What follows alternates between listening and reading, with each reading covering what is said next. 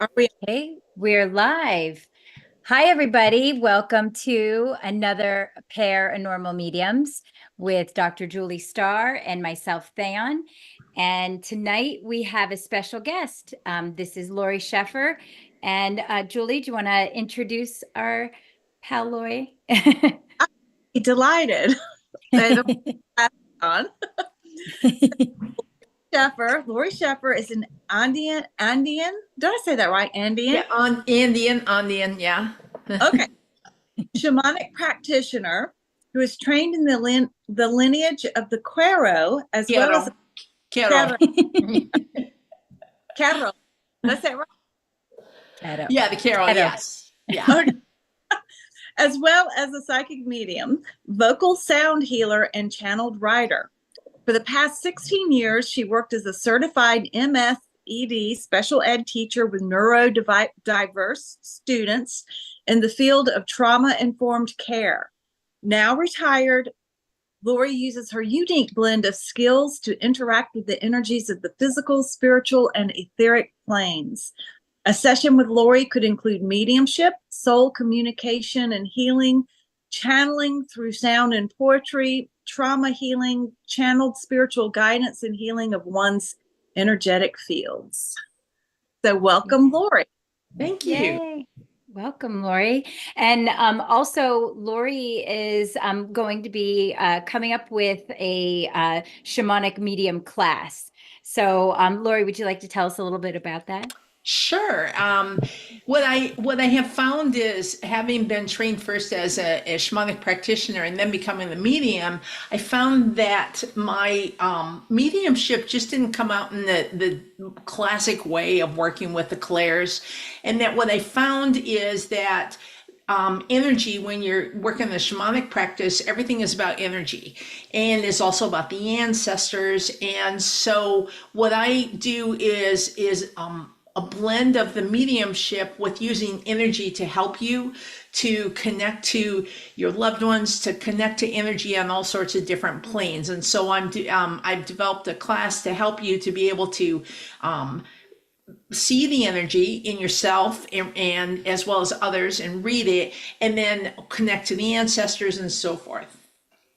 Awesome. I'm going to be taking that class. So, and Cheller's on, and she said, "Oh, shamanic medium class sounds incredible." I know. I'm really excited, and I know a few people that are going to be taking this course. So, I would definitely, as soon as Lori puts it up, we're all going to have to come. And, I think because I have been a special ed teacher, I understand the importance to like use different things. Like, for instance, drawing the energy so using different modalities to help you to learn, so that, and these are things we use in mediumship too, but it's so important for us to practice all the different modalities and ways to read energy, to bring in information. And so, yeah. Yeah. I'm so excited about this. Yeah. And, as our viewers know, we always like to discuss anything paranormal. That is Julie and my favorite thing to talk about. So anything paranormal. What better way to, sort of invite invite Lori into our little circle here. She's going to tell us a little bit about, how she kind of got started, and any paranormal experiences that you've had.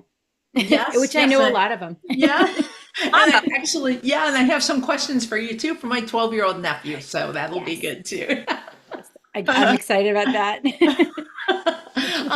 So I guess, as many of us have, we've been, I don't want to use the term gifted, so I'm sidestepping that term as much as possible, because all of us have the ability to use our intuitive skills to do these things. I think some of us are aware sooner than others, and some come in more strongly. And I do believe that there is that. And I can see that in my family. There is a strong, it seems like there's a strong thing within my family that people can pick up information, see things. And honestly, most of my family doesn't really like it. And most of my family doesn't really want to do it. And But so as a kid, I learned to shut it down. And plus, it's scary as a kid. How many of us as kids found the information coming in scary? And it came in so strongly for me. Like, I believe that there was a doorway in my wall when I was a kid, and that next to my bed, and that people would come through the wall and they would frighten me. And I was always like, I could see shadows. I felt that there were things under my bed. And, so that's when I talk about monsters in the closet and my fear of those monsters. Well, that's because I was seeing shadows. And plus, there's other things. So what are we taught? We're taught that, oh, it's just imaginary. It's not there. So just ignore it. It'll go away. These are the things, especially I think my generation, your generation have been taught. So I did shut it down. I was always very sensitive and intuitive emotionally. Like I was like my friends, I was always their therapist, their counselor. And I think that's true for a lot of us. We're so sensitive. And then in adulthood, it really wasn't till I was in my 40s when it began to really pop up to such a degree that I couldn't ignore it anymore. And it was through having a shamanic practice and really healing myself on an energetic level and really working on myself that suddenly I began to see things. One thing knows this story, and I think the one that really woke me up was I'm coming home from a meditation class, and I went down the wrong road, and there I am driving along, and I realize I'm on the wrong road, so I pull into a driveway to turn around, and then suddenly I look in my rearview mirror, and there's a lady in my backseat. And right smack dab, right?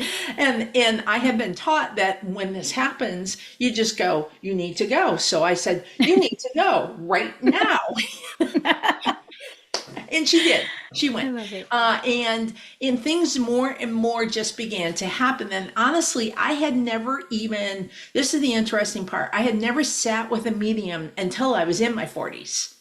Wow. And until I was actually doing shamanism, and I was going through a bunch of very traumatic stuff in my own life. And so someone said, well, I have a medium for you. I want you to go to this. And she specialized in angels. So that was really her thing.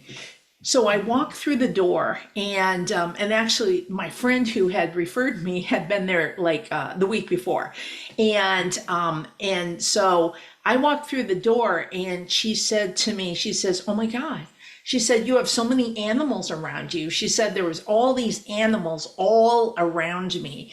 And then she said it was really hard to read me because there were just so many people. It was like very hard to get to me. And of course I'm going, yeah. I don't, you think I believe this stuff.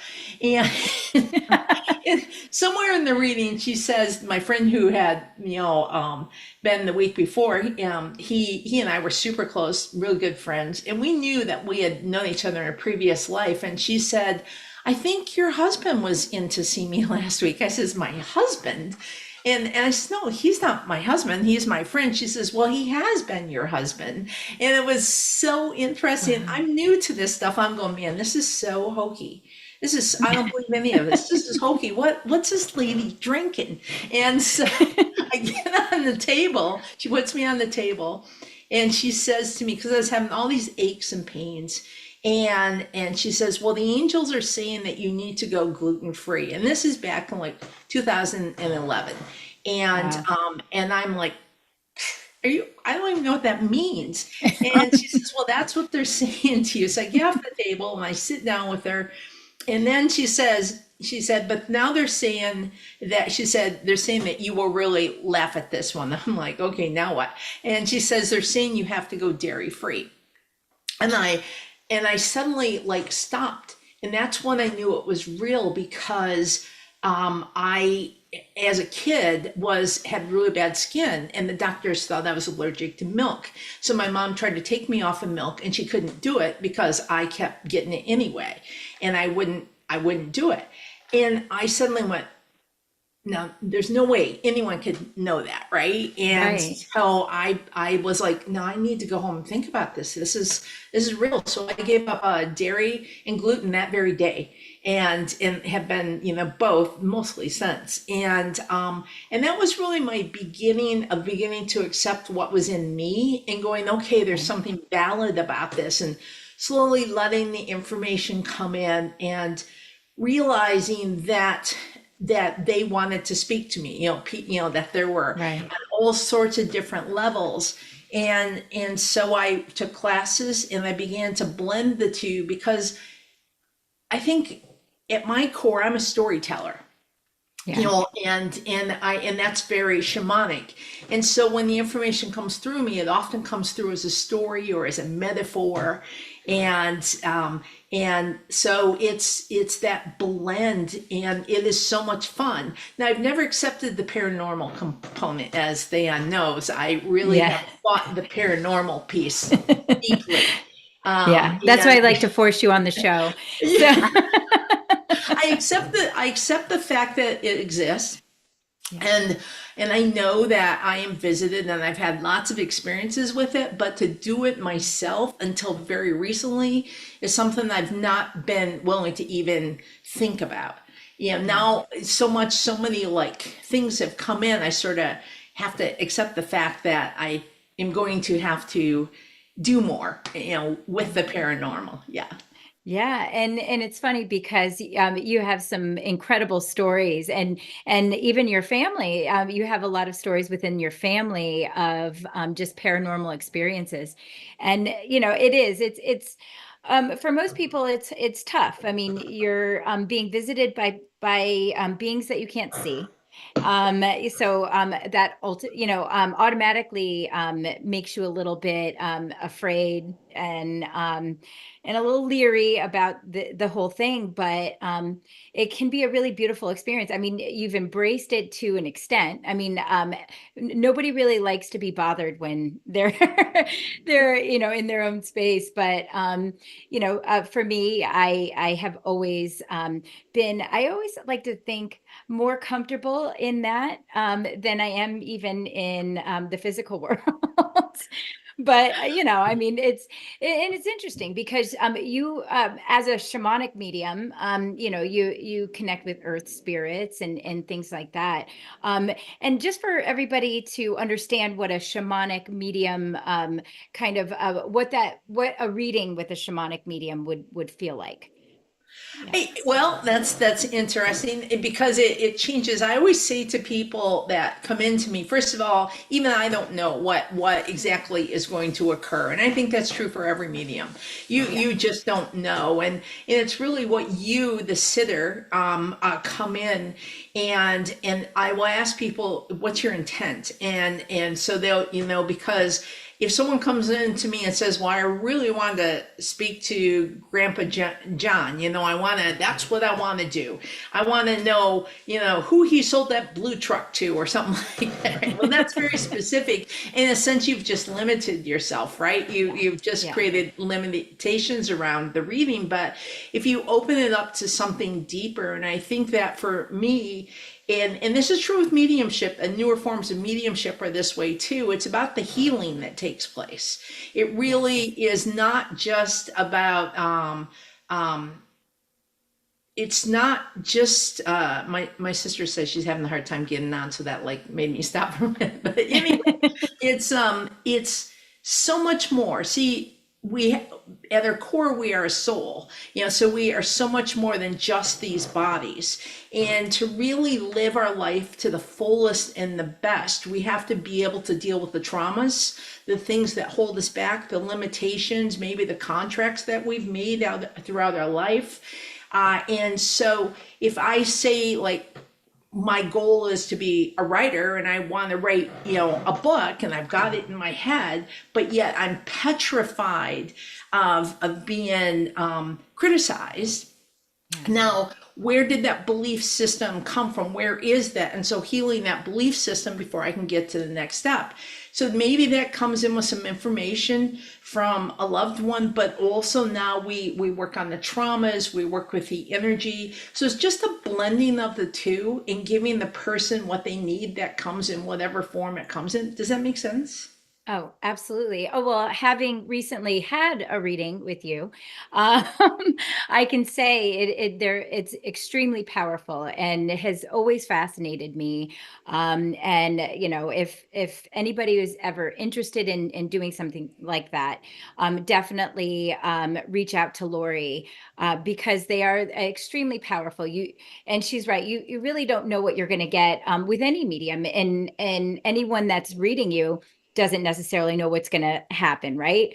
Um, uh, but I've had a few readings with Lori, and I always, I always take from it so much, and because myself, I'm very connected with the earth, and so that brings me back, and it's almost like bringing you back home, in a strange way. And then you also talk to your loved ones who've passed. And by the way, I do have my grandfather's name is John, by the way, when you said Grandpa Okay. John. And I was like laughing because he's a he's a prominent spirit that hangs around me. That's So funny because I tried to kick that out, and I was like, "Why is that one coming up?" And okay, now I Well, know.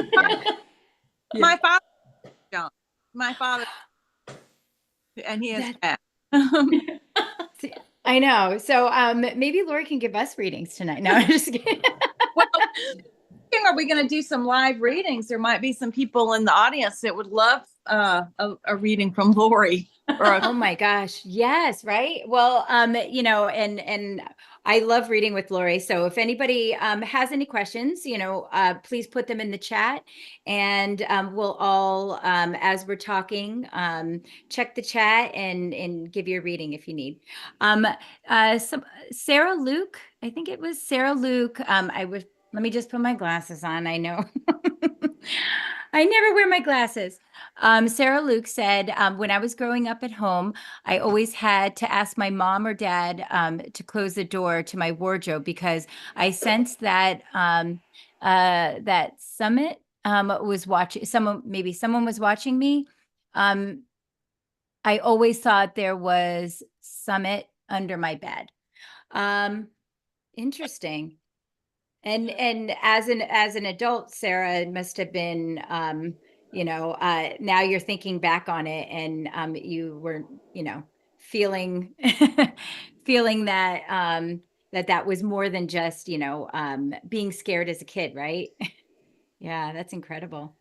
Yeah, to this day, I have to have my closet doors closed. They can't be open.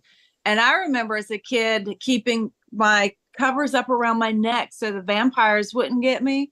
And that constant feeling something was under the bed or something was in the closet. Yeah. Absolutely. Yeah. And that's incredible because I mean, I'm sure you must have sensed something like that, Julie, that there was something that energy. And as kids, we're so open. So it's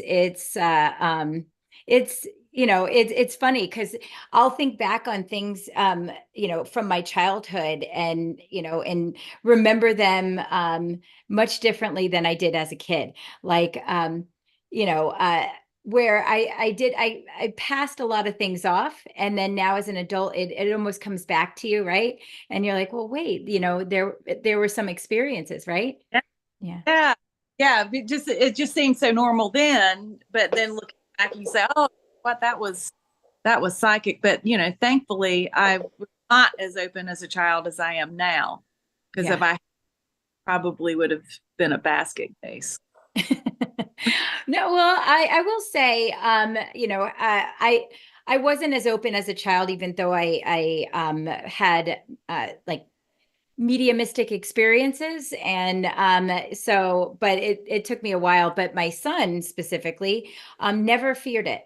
And I think that's just maybe at the time, because I know my parents and probably your parents probably weren't as open to it, so they probably would have pushed that down, which mine did.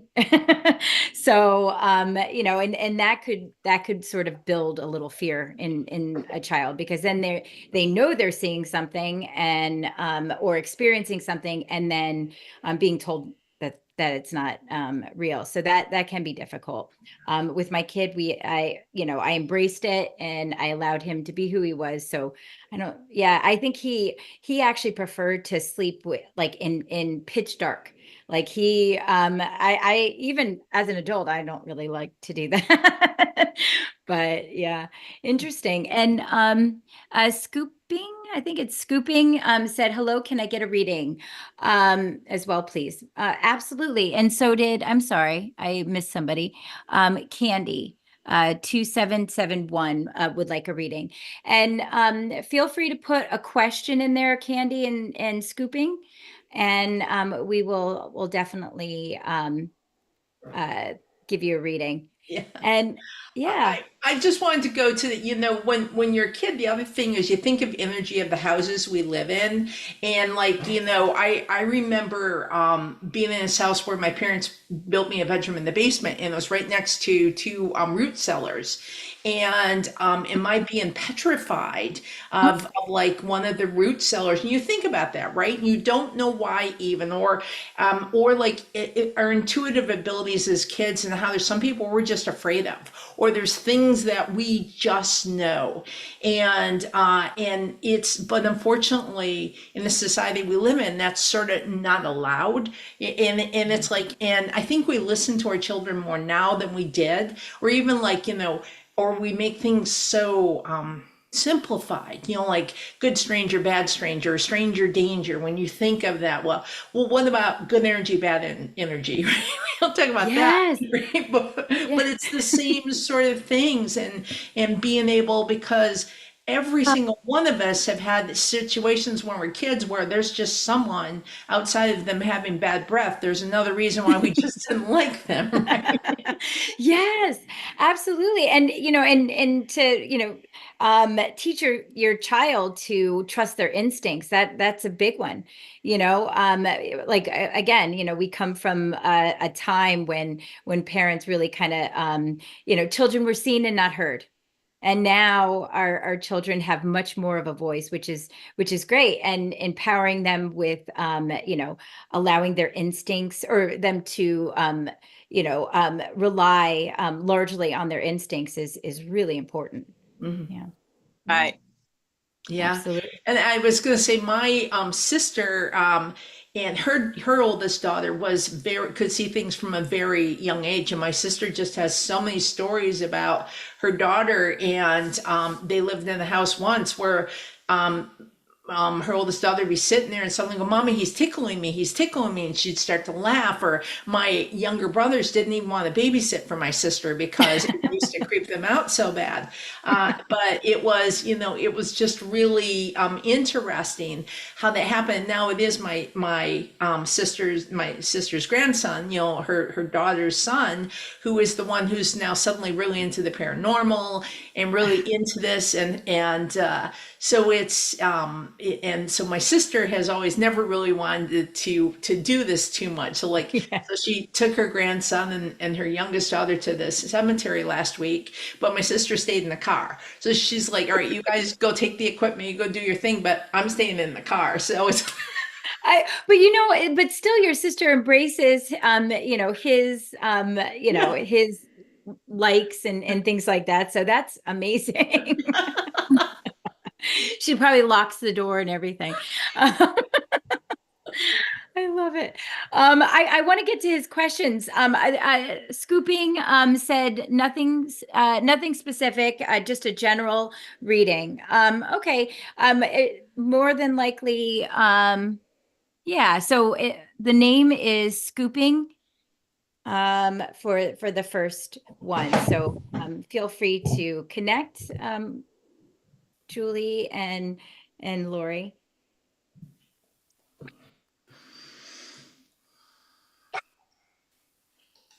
Mm.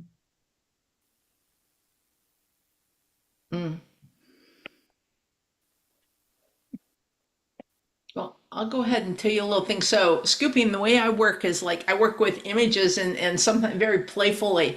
And so it's so funny. I went from scooping to scoping. And what I saw is this time in your life right now, it's like it is like a like that scope from a submarine that goes up in the water and is looking around. And it's like this is a time in your life when you're trying to almost like you've been a little lost, like there's been something in your life that has you drifting. And what I'm really sensing is that you're sending up that periscope, you're sending that up now. You don't have all the answers, but at least you're beginning to get a direction and you're now looking for your direction.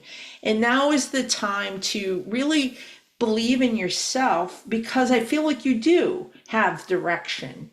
You do know the direction you want to go, and now it's like put that in your head like an image, like you're literally looking through that periscope, you're looking there and you can see it, and believe in that image, believe in what you're going towards, because the direction is there. And now it's like just putting the steps in place to be able to get there, plotting it out now is what I got. Right. Yeah. And for me, I just kept feeling a grandmother energy around you. And it's funny when Lori mentioned that you feel a bit lost.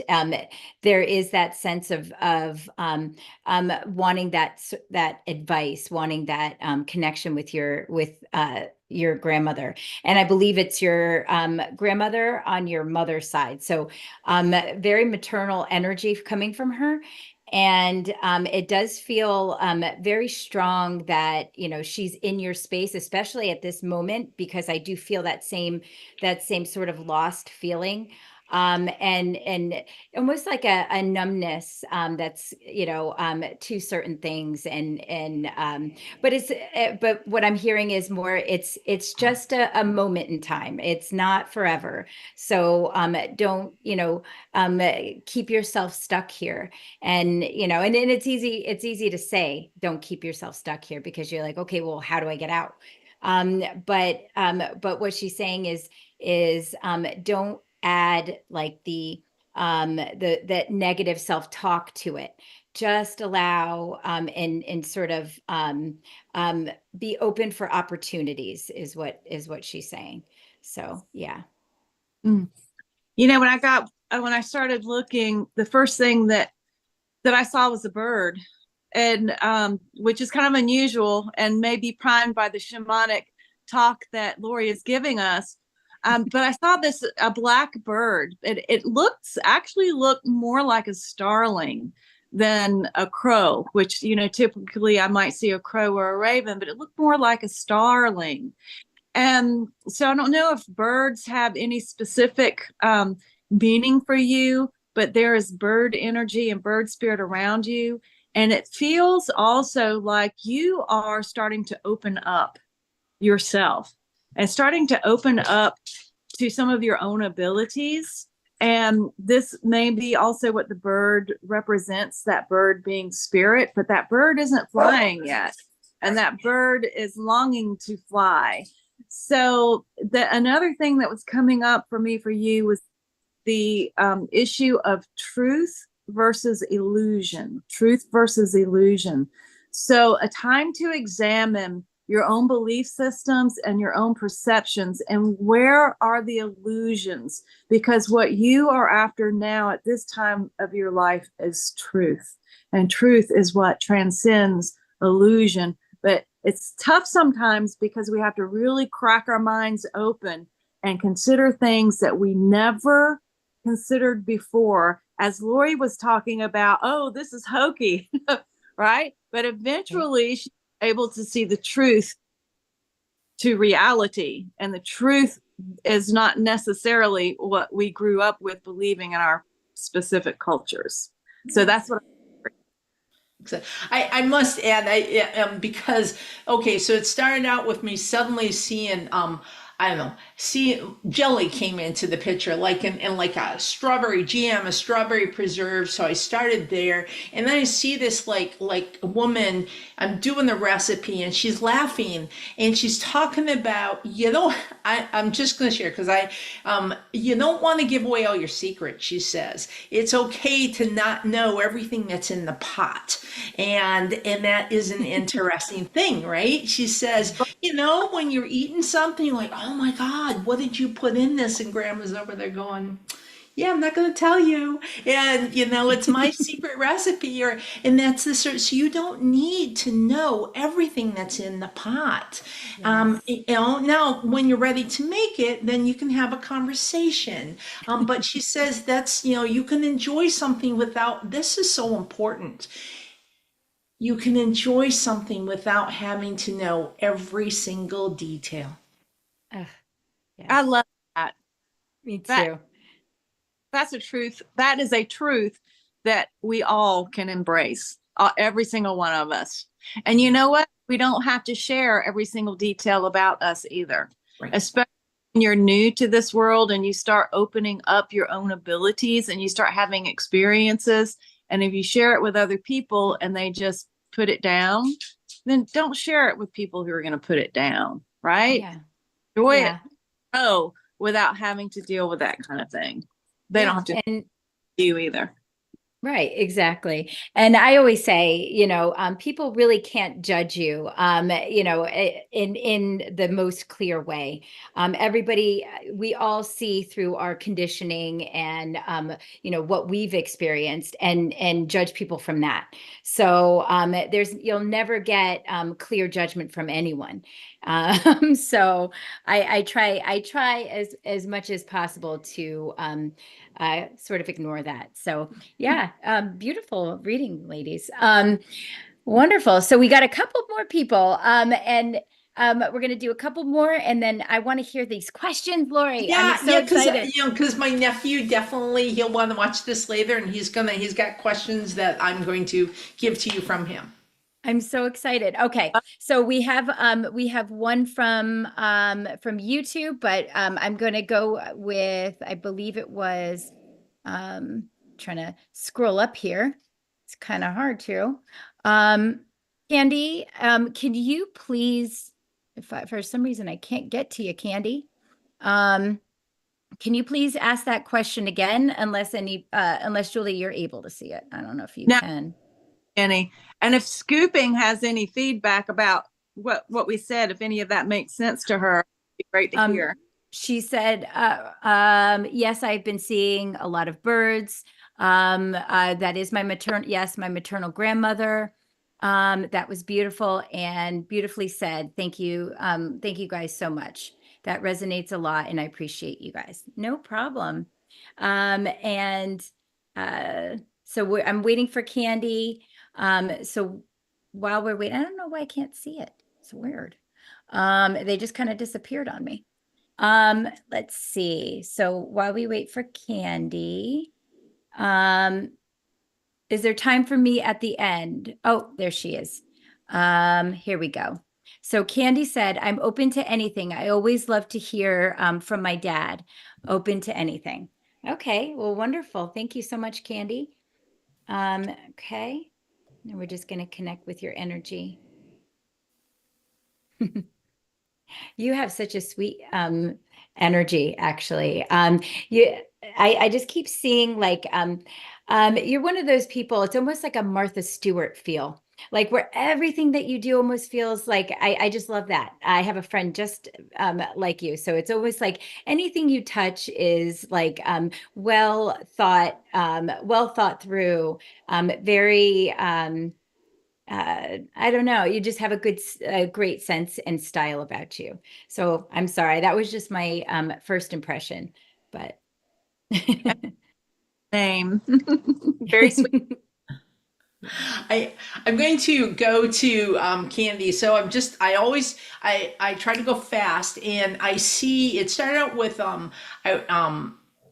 I want to say pop instead of soda, but I also suddenly I went from a can to a bottle, and I got the old school Coke bottles, and then suddenly I was drawn to one of those old, those old Coke machines where you open it up and the Cokes are in there, like at one of those old gas stations or something like that.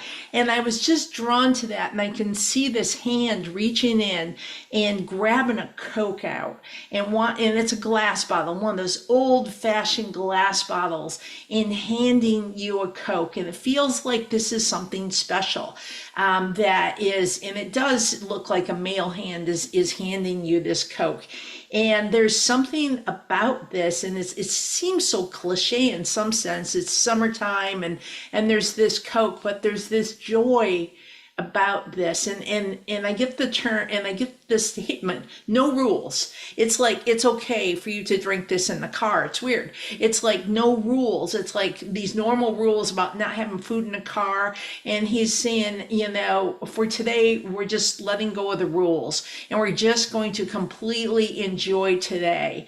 And he says, you don't have to worry about that. And it's just funny, and it's just the pure joy of this moment, and all of the normal things that you would worry about, just let go of. He just wants you to enjoy it, and it's got something to do with this Coke, just enjoying this moment. Sounds Yes, like a commercial. I know, no, it's funny. She said, "Oh my God, yes, I love that old Coke machine. Yes, from my childhood." She's saying, yes, yes, yes. And hi, Lori Albert. Um, and yeah, oh, go ahead. I'm sorry. No, it's you. Go ahead.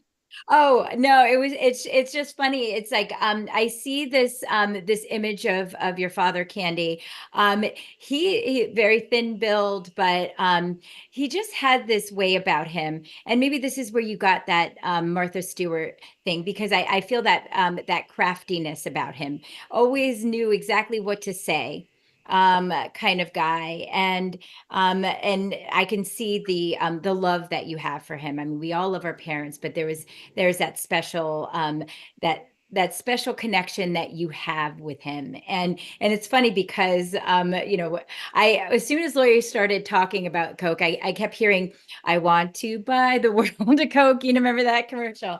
And but it goes to the energy of who you and your father are, and your connection together. It's very light, it's very meaningful, substantive, and but it's funny. It's like, is there anything you need to tell Candy, is what I'm kind of asking. And there really isn't. There's not a lot that wasn't said.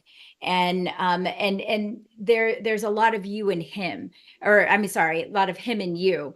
And it feels like this sort of this soul connection that you've always had. And I see you as that mirror image, but as the strong one in your family. And even after he passed, you sort of took over the reins. So it's like this this sort of, it's sad that he's not here, but in a sense, you kind of carry his energies on in this life. So I tell you, I was seeing a man. I was seeing a man too, but the man I saw didn't have a thin build, so maybe I'm seeing him at a different stage of life. But he had a little bit of a gut, and he's wearing a t-shirt, and he likes his chair. I see a man that likes his chair, and it's a reclining. He kind of reclines back in it, and there's a lot of light in the room, and there's just something about just having that time to just relax and have some leisure is very important, because you can work, but this is something Theon says, her father says, that's coming to me, that nobody says that they wish they had worked more in their life after they cross over. Whoever says they wish they had worked more. So take some time to relax, and also enjoy life, and know that life is a mystery. So if you ever wonder, like, is he really there? Does he really hear me? Does my father really exist on the other side? These are mysteries to be solved by you. mysteries to be solved by you. So just open yourself up, and you can talk with your dad, and you can receive communications from your dad, and he would like to reach through and give you those communications. So one way could be through signs, and another way could be through your dreams. Love that. And she said, yes, totally. Yes. Oh my God, bang on. I love your energy, Candy. And then she said, yes, he was so busy, and so am I. I love Yeah, that. and it's so funny. And Candy, by the way, there's a woman wanting to like push herself in, can I tell you? And I won't go into it too much, but do you remember like in that time period, and this is like going back when all the ladies were learning those frogs. Remember how you would decorate, you'd stick in those green things, right? You remember those green, you know what I'm talking about, right? You'd do No. flowers in those green styrofoam things with I think they were Oh, called frogs, right?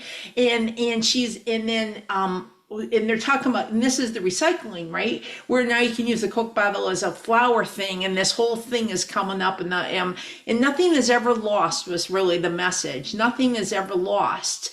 It's just that you can learn a way to reuse it and to re-implement it in your life. But anyway, this pushy woman who is just not really pushy, but she just wants her time in the sun, and so. love that. But That's awesome. I love it. Okay, so we have one more, and this was from, if there's time for me at the end, I'd love one. This is Dose of Sunshine. Love the name. I feel selfish taking reading time from others, but you all are three of my favorite people. Aw. General message for Rachel, please. Oh my gosh, who doesn't love Rachel? oh, Uh, I'm I know. I love that. Hi, Rachel.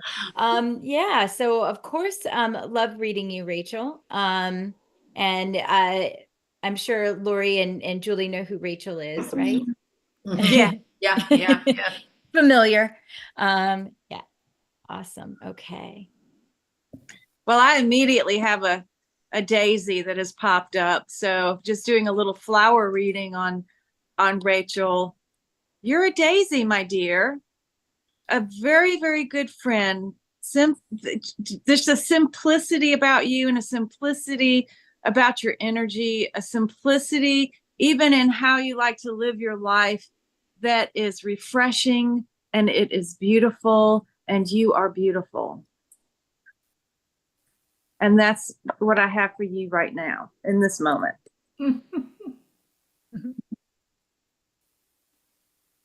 Yeah. And Rachel, what can I say? I'm always in your energy. So and I love it. One thing that strikes me at this moment is I keep getting persistence, perseverance, and just having talked to you a few times recently, I've noticed even through a lot of the I would say the downs or the ebbs in life, you have consistently, kept your chin up, kept your strength going, and are still able to see. Oh, it's funny as your grandmother just came in and see how much you've changed, like see how much you are starting to blossom into that power. And just having felt your energy myself, I definitely agree. Because you're starting to look at things in a different way. They're not as um they're not as high of walls as they used to be. It sort of feels like and just water off a duck's back, someone said. But exactly. And keeping that going says a lot, because that is very much what your grandmother did. And again, I'm getting that energy from your grandmother, of of your new, I would say, station in your family as being that rock. So yeah. And so Rachel, when I first connected to your energy, I got Easter. So I have to tell you. And then I got like, I'm going Easter, Easter. And then I saw this plastic egg and I go, what is that? So I did this little check-in with you. And you know, those plastic eggs are hollow unless we fill them. And so I'm going to hold that for a moment. So I'm going to switch over to the fact. Then I saw this blue speckled bird egg that had fallen and broken. And I'm looking at you, and inside you, the little girl inside of you, and the perceived fragility, and I want to say it like that, the perceived fragility within you, because you are such an intuitive, you are so sensitive. And so when those eggs do fall that you can't fix, when something is broken and there's no way that you within your control, it is overwhelming and has overwhelmed you in your life because of your sensitivity and your love. And as I do that, I feel really emotional when I say that to you. But now I think there's an understanding within you that there is a nature to life, and there is nature, and that within that we can be sad for that thing that is lost, that cannot be repaired, but with the understanding, as the humor of it, with the understanding that there is more than one egg in the nest. Mm. And that not all the eggs are going to make it, but you, the little bird that you once were, you have made it, and that your wings are getting stronger and stronger all the time. Your wings are getting so strong that now when you spread them out, you are able to cover other little birds so that they can make it. And that is the gift I'm giving, that is you. Oh, wow. That's beautiful. I love the way you tell those stories, Lori, and make a reading with a story is just amazing. Oh my gosh, yes. That's why I'm so drawn to getting readings from Lori because I love to hear them. I want to add something for Rachel, because I did get something else. And Rachel, what I got for you is a cat. And so I don't know if you have cats or if you need to get a cat, but you do need to study cats, because what are cats? Cats are very independent. Cats have sharp claws sometimes, which I can't imagine, Rachel ever using sharp claws unless it was in self-defense. But there's something about the independence of the cat that seems very, what is the word? Prominent for you right now. Study the cat's independence, because this is you coming into your own and into your own power and being less dependent on others in terms of how to see yourself, and more independent in how you move about and make your choices and how you see yourself. Love that. And Rachel said, I've been feeling like I want a cat, actually. Interesting, Julie. The cat, because the cat has something to teach you. You should. And a cat actually that needs a home. I was just gonna say, and you don't live that far from her. Yeah. No. I mean, seriously, let me know, because there is a cat that needs a home that I would be glad to bring to you. Yes, and as Julie's dearest friend, I could tell you that she gets a cat every month. So, or the other option, Julie, I know you won't like this, is Rachel already knows, she can get on the floor with her little one, and she can just pretend to be a cat and do some marvelous stretching, and your little one, of course, go crazy for that, right? Yeah. I love that idea. Oh my gosh. Do you think my 16-year-old son would think that was weird? I think he would. Well, my shamanic course I took for 16 months, that was one of the lessons. What we go in different directions have, like the south is a serpent, the west is jaguar. So my wife took it with me at one point, and she said, if you think I'm gonna get on the floor and pretend I'm a serpent, well, she did, and then you gotta, because you're gonna get out of your old skin so you can get into a new skin or do these sort of things. And before the course started, my wife says, this is crazy. But you see, we should all get down there and act it out. Be a cat. I love that. Wow. So I just want to let you all know because the chat is getting away from me. We do have 3 people up. It's Sarah. With an H, sorry, Sarah, Mark, and then Susan. But it says it's the name Frida, but yeah, Yeah. awesome. And then, but also we want to do some questions for that Tristan Well, had for you. I was just going to say maybe one question now, and then we'll do a reading, and then another question. Okay, yes, because I want to hear the questions. Well, in general, just so people know, my 12-year-old nephew has decided he wanted to do, great nephew, I should say, wanted to do paranormal stuff. And so I went to Theon before Christmas and I said, the family would like to know, can you give us recommendations for the appropriate tools? And when we were looking at the different things, he had originally wanted a spirit box, and we felt the adults in his life that he's too young. So we chose not to do that. We just felt, with our limited knowledge, but that he's not ready for that. So so my sister, I call them cat balls, but those ghost ball things that Than said, I just love to call them cat balls. But those light up balls that the cats play with, right? So got him some of those, an EMF reader, and this other light thing that you had recommended, or someone had recommended, and I don't know, a couple of other things. So one of his questions to you is, and I'm gonna just, as he wrote it, do they do a EMF sweep beforehand? I don't know what that means. They want to know. He wants to know if before an investigation. Yeah. It's usually when we're doing, like, when you do a sweep, you're usually doing it while you're going through the like the space or wherever. It usually just happens simultaneously because if you do it before, there may not be activity happening. So it's better to do it while you're there, because you're going to affect the energy that's around. What I mean by that is not necessarily, you're not going to necessarily affect the EMF reader. You're going to affect the spirits that are there. So they're going to get excited and then they start going off.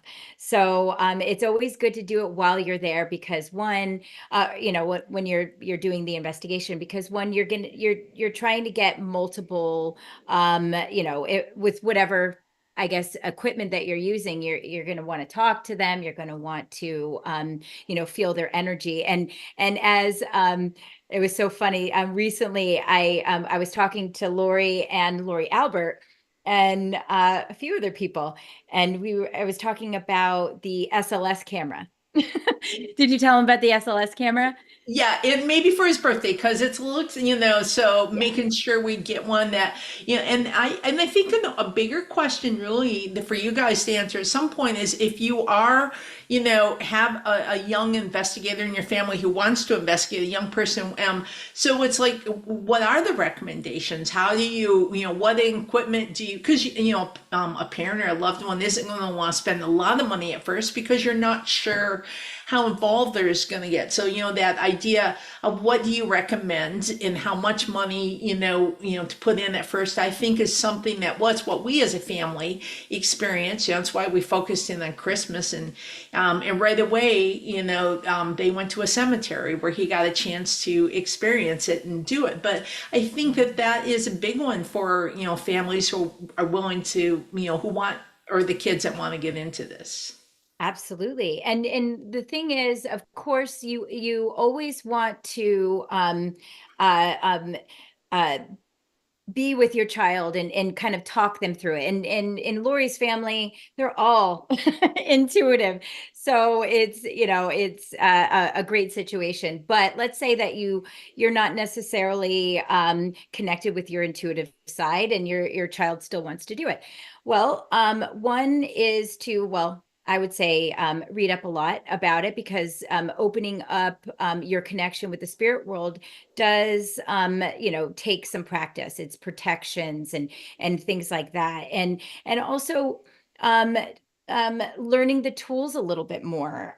Where because you can get false reads on things, and then you want to always live in truth, right? I, as much as I want to always hear spirit, if it's not happening, then I'm not going to try to force it to happen. So you want to you know work with your child with their tools, with the tools, and especially teach them protections, just like anybody else. We talked about stranger danger, right? Mhm. Spirit stranger danger is important too.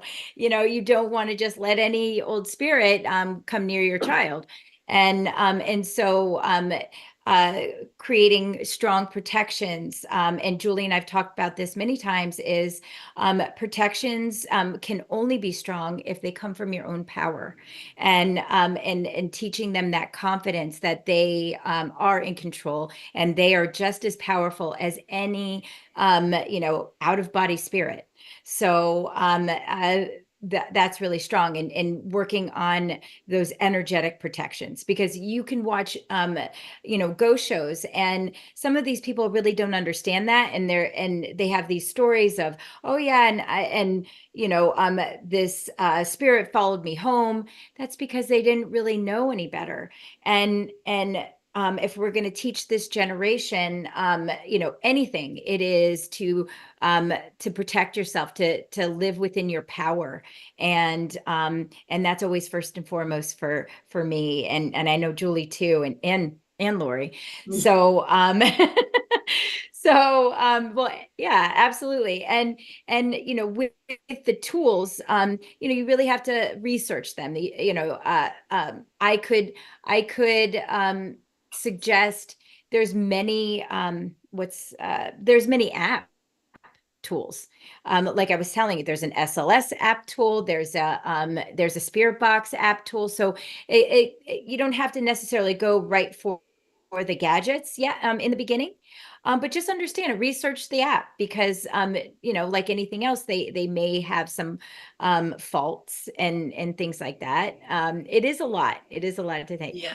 To Well, yeah, it's to an think about. interesting thing too, just to add to that, because I know in his case, his mom has chosen to limit the phone use and to limit those things. So getting the EMF reader was this wiser choice, so Yes. that is separate. So that was, and it really depends on the age that you're starting this, right? So 12 is still pretty young, but old enough where that brain is working. He's almost 13, where he can really use his intelligence with it, and as the older you get, there's more, the further you can move into this. Because the other thing is, I know as a special ed teacher of middle schoolers, there's so much development going on at that age. So, Yes. and the emotions and everything else. So making sure that there is an adult with you as they're doing this, so that it's just important to have that. And we all know that you can do your best, but we do make assumptions. We do interpret things sometimes without having all the facts. And so the more guidance we can give our young ones who are working on this, I think the better off they are. So you're right, Yeah. making sure that we're, so that's what's been fun about watching my family, the grown-ups. Now they're having to get involved with this paranormal stuff because he is, so they can be there for him. Yeah, and it's interesting though. I think 12 years old is not. It's actually. Some people may kill me on this, but I think that's actually the perfect age, because it teaches them confidence. It teaches them to seek out information. There's a lot of practical uses, oddly enough, for understanding these tools and also connecting Oh with, yeah, he knows so right? much. He's explained. I don't understand all these things, the heat and the da da da. And he's, as a shamanic medium, I can read energy. I feel the heat. I feel the cold. I do all that. But it's very different. Like when using actual technology to do it is very different. So it is a whole different skill set from my chill running down my back and my suddenly feel that there's someone next to me versus checking it out with a machine. It's very different. Yeah, Yeah. and oh, go ahead. I'm sorry. I've been monopolizing the time here. I Uh, well, to add that, yes, some kind of simple EMF reader and maybe a simple little spirit box does not cost a lot of money. I wouldn't throw a lot of money into it to begin with. And with him being 12 years old, and this is the thing, it just like, I guess, just get this feeling in my chest just because of, the experiences that I have in him being so young, is that, well, a spirit could follow him home, and he could, with your family being so sensitive, you know what I'm saying? So the protections are going to be really important. And I would also recommend just using prayer. I mean, I don't know, if Great Spirit, the one, the source, God, for him to have that kind of connection with a higher power, I think is really important if he's going to get involved, doing that sort of thing. And or calling on his guardian angel, that before he goes into a place and starts trying to communicate with spirits or connect with spirits, to have that guardian angel to have his back. And then when he leaves the location, that just like you told that spirit in the back seat of your car to get out, you got to go. When he leaves that location, he's got to be very firm. You stay there. I'm going, but you're staying here. Right. Yeah. And this goes to, his other question had to do with clearing. That was his thing, was about clearing. And we have talked to him, and I have shared my stuff, and he is, has his own form of spirituality and those sort of things. And the other thing is, in my family, Julie, Than knows this already, that I've lost more than one brother, and my brother I lost in 2007, who is, amazing. Anyway, he's my bouncer. And so I told my great nephew this, story, that all you have to do is call on Uncle Tyler. You just call on Uncle Tyler, and he's there, and he's the bouncer. He's like that, he'll just, and I had to explain what the bouncer was, but but it is that idea that it doesn't have to be a fancy guide. It doesn't have to be a fancy.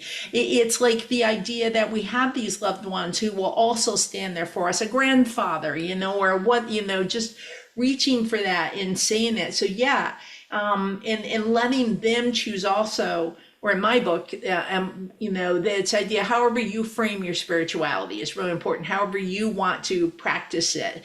And that is what he is learning to do. But yeah, he asked about clearing. That was one of his things. I have given them sprays, and they do have different things, because smudging isn't always the thing, it's not always available, but the spray is. So a good spray would be a good smudging spray. Yeah. And just as Julie said, cut it off at the end. Once you leave a space, you always want to make sure that this is, that you set clear boundaries and drop his force field down.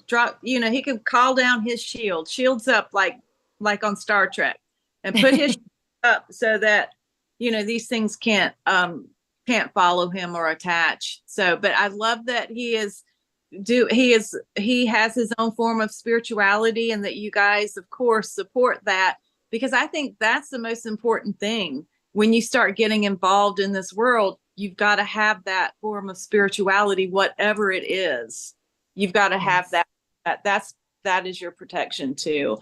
And I tell you one I like is frankincense resin. I like to burn. I smudge with frankincense. It's a powerful smoke. I've been able to clear my house a few times pretty effectively with that. Yeah, and dragon's blood. I do dragon's blood first, yeah, and then copal also is good. Oh, interesting. Yeah. But absolutely. Go back to, if it's someone who's young and who's just going to a local place, what is readily accessible that you would recommend for them? Think about that, because dragon's blood may not be, but so what is accessible, right? It's not actually, it's just dragon's blood resin. It's not. Yes, yeah, I was seeing, but if I were a 12-year-old and I heard that, a dragon, and then it's a tree resin. Yeah. I know. I couldn't help it. I know. I want to say it too. So somebody on here that's like, dragon's blood. Are we going to slay a dragon and drain it of blood? But you can get it. I don't usually. Yeah. Yeah, Amazon, you get all this stuff. It's not that expensive. I love it. Oh yeah, and Sarah had, who we were about to read, is said Oh. Florida water.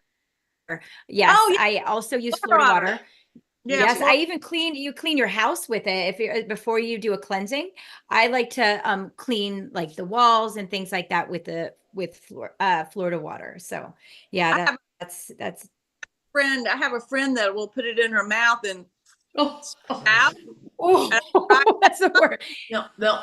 Can I say there is a, because that's very, that's part of the Andean shamanism is that, and it's burned. So I do not recommend that. Please don't do that. But you can, if that is what you want to do, you can take, this is not for a 12-year-old, but you can take rum and you can mix it with some water. And actually, I put a couple of Palo Santo sticks. I've been taught to do this, so I had a nice big bottle of rum, and I put Palo Santo sticks in it, and then I that's what I use, and I call it's chai. But anyway, yeah, I call it spit juice. So when I am doing that and I am spitting it, that I will use that. But it's like it really is a practice where you spit it out. But what can work just as effectively is you can take a flower and you can dip the flower in there, and you can use that, or you can put it in a spray bottle, and you can do that. So that is a form that works very well as well if you're doing it, but not available to a 12-year-old though. Yes, and a few people had some questions. Florida water is not like a drinking water, just Yes. so everybody knows. Yeah. And then somebody said, is it safe to use around cats? Yes, you just don't want to spray them in the Yeah. mouth, Yeah. because or it's the not, oh, go or ahead. the eyes or the yeah, I was gonna say y'all didn't let me finish talking. My friend would do that. She is trained by in per, a Peruvian shaman or whatever. She would do that. I tried it once. I tried to do that once, and I'm like, oh my God, don't do that if you don't know what you're doing. Because it does burn. It does burn. And Florida Yeah. water, I love the idea about the flour and Yes. the spray bottle. I think the Yeah. spray bottle is the way to go. Yeah.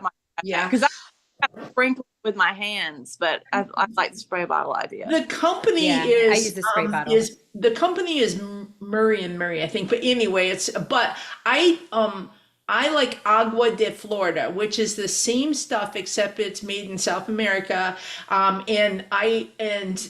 To me, there is a difference between Florida water, which is here, it's same company, looks the same bottle, except one is written in Spanish and one is in English.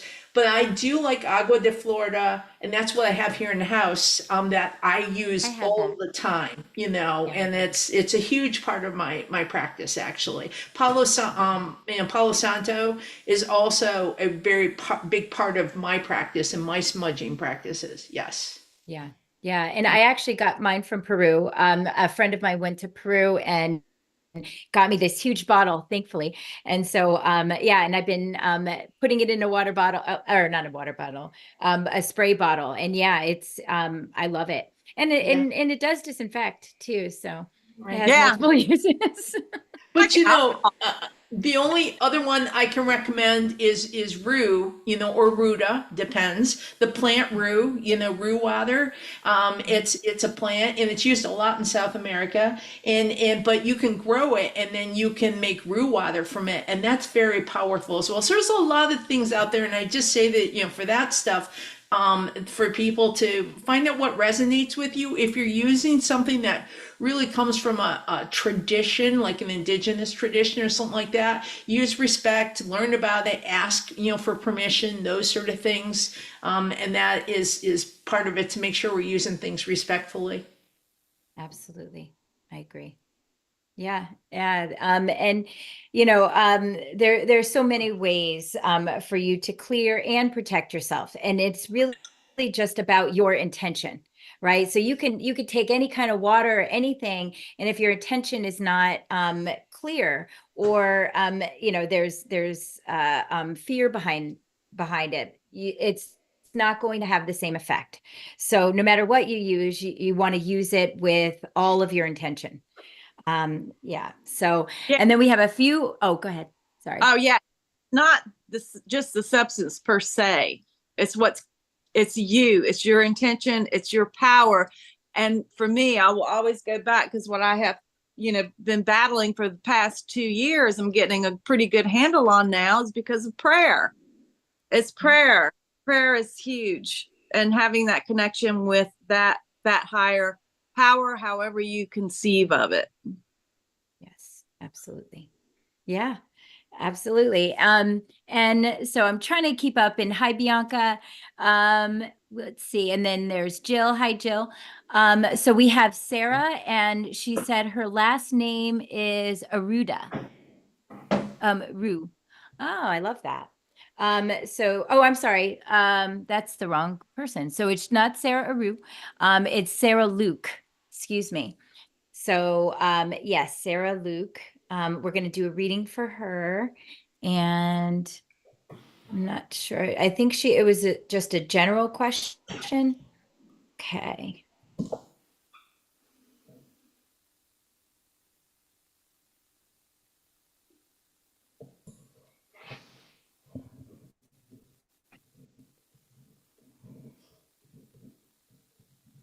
Are we reading Sarah Luke right now?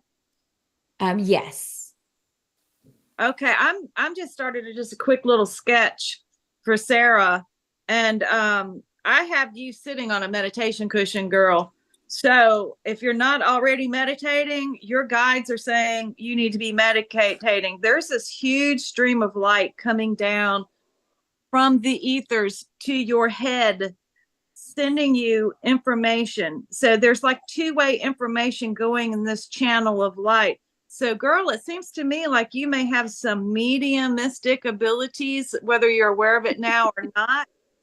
But I am seeing that. And the way for you to start developing that is by sitting on the cushion, or sitting in the chair, or sitting wherever it is you're going to sit and meditating. So this is big. And with that comes growth and transformation. So, and I just see that going up. It feels like you're kind of at the, I mean, for all I know, you may have been a medium for years, but it feels like you're kind of at the beginning of a process of huge growth.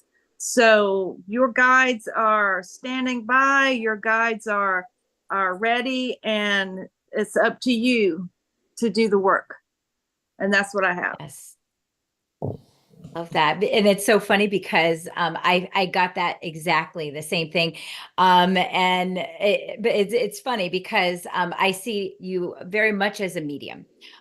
There is and I want to say contemporary, because this person looks about your age, that hangs around you, that you actually acknowledge.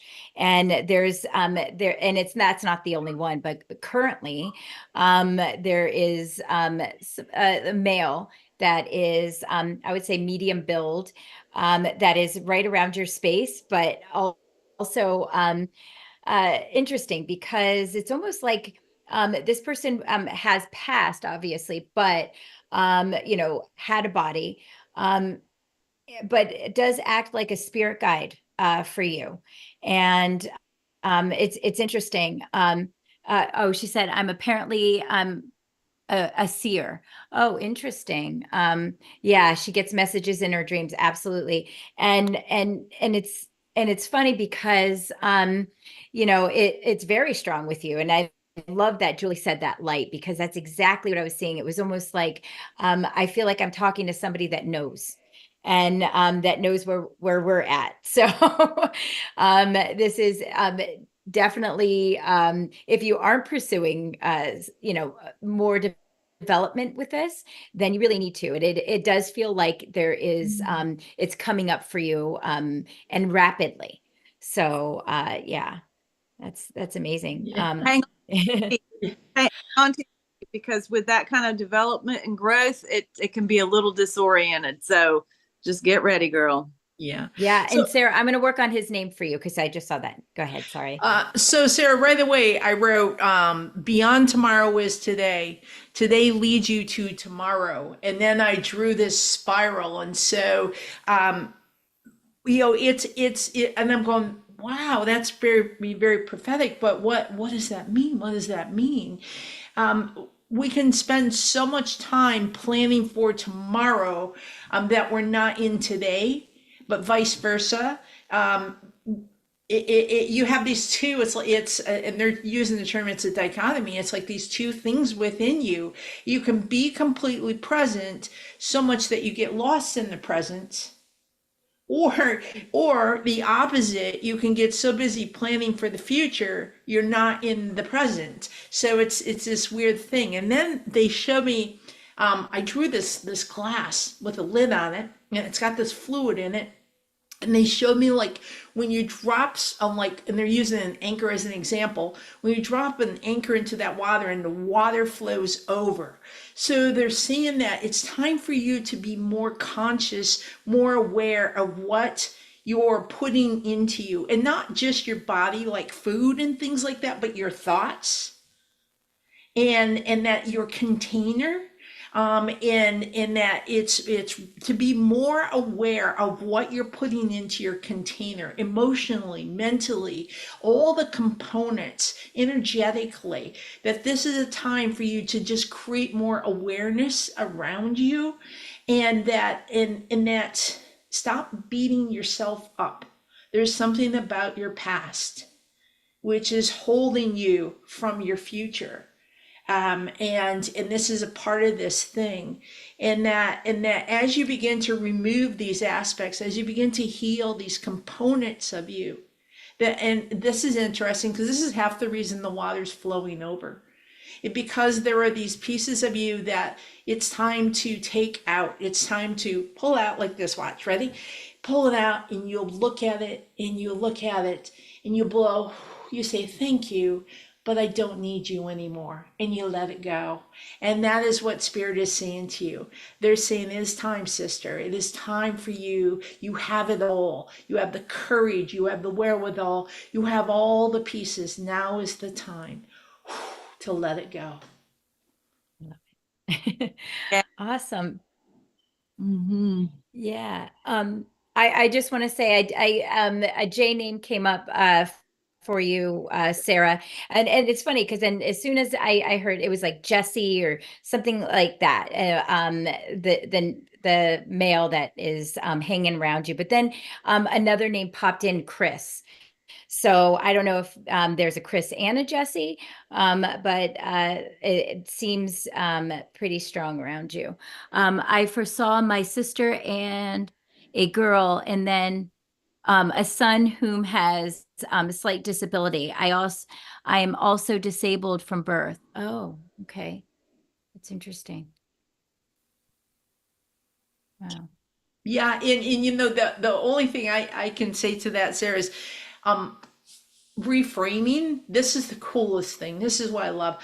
Everything that's happened to us in this lifetime, right, has happened, but it's reframing the experience, and that, you know, it's like it's hard to explain, except everything we can reframe in a way that like fits us better, right? It's not like we're changing a truth. We're actually reframing in a way that shows the truth of who we are more, and that is what you know, is so cool. You know, I worked with my students on the spectrum, and you know, anxiety and so forth.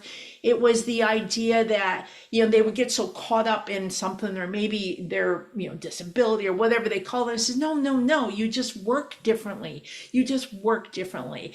And when we're able to, for them to see themselves and the way they work, they began to understand themselves better and actually have more confidence and everything else. But we all have that. We all have that. And so it's being able to reframe things so we can see the beauty of who we are and believe in that. Yeah, absolutely. And Sarah said, I don't know Jesse or Chris. It could be, you know, I'm okay with names, not the best, but it was definitely a J name. Could be Jeff, but I don't know. The Jesse sounds really strong. So who knows? My cousin was called Lee, who is who is something spirit. He died 6 months after his wife gave birth. Oh, I'm so sorry. At the age of 22. I'm so Oh, sorry. Yeah. yeah. Okay. Very sorry. And if he fits that description, yeah, he's sort of like a medium build, kind of a solid guy. But definitely very positive, very happy, and very helpful, because I see that he does connect with you and give you advice and things like that in ways. So hopefully that's him. Oh, okay. And then I'm sorry, Julie, did you have something you wanted to add? No, No? Okay. And now we have Mark of, he was quite slim and tall. Okay. So I'm not sure who this guy is. I will say he's a little bit, let me try to give you a little bit more information, but he has sort of, um, I would say light brown to dirty blonde hair, kind of curly. And for some reason, I keep seeing him in sort of like a trucker hat. I want to even say that he goes hunting, because he wears like that sort of like navy green um, kind of outfit. I don't even know how to say it, like I guess suit. But yeah, so who knows? Yeah, not sure who that is, but seems very strong around around your space. All right. And so we have Mark. Um, it's Mark, and he said both my parents passed within the last few years. I'm so sorry to hear that, Mark.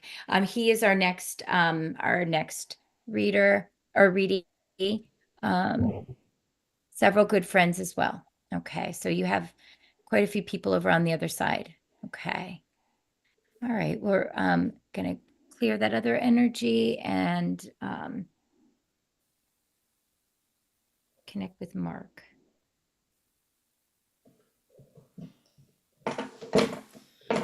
Mark, I get immediately this sense of like the first line that came to me. Well, that was fine. Cast that line, and I felt like this fishing sense about it. It's like I could feel the sense of taking the pole and casting, and in that there is this person on the other side, and there's a dock, and there's it's definitely a dock. There is a boat, but I'm seeing him on the dock, and I'm seeing the casting, and there's no hurry to the fishing. It's like it's the joy of the cast.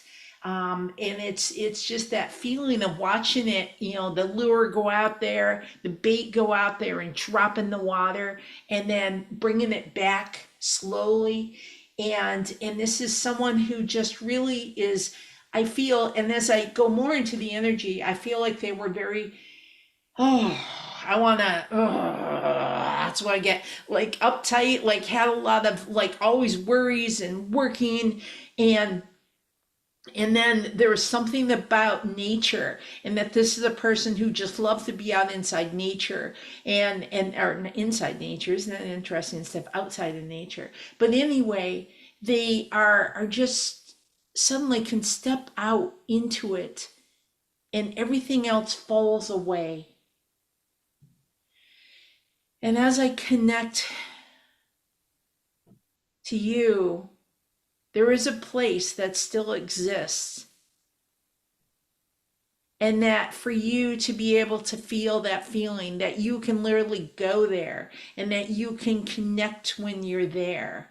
And that it's that connection still exists for you. And it's just interesting that they're showing me like almost like casting, you can cast to them, that they're still there, and you can still feel their presence. And it's like, and then they're showing me another image, almost like their hand is on the rod with you.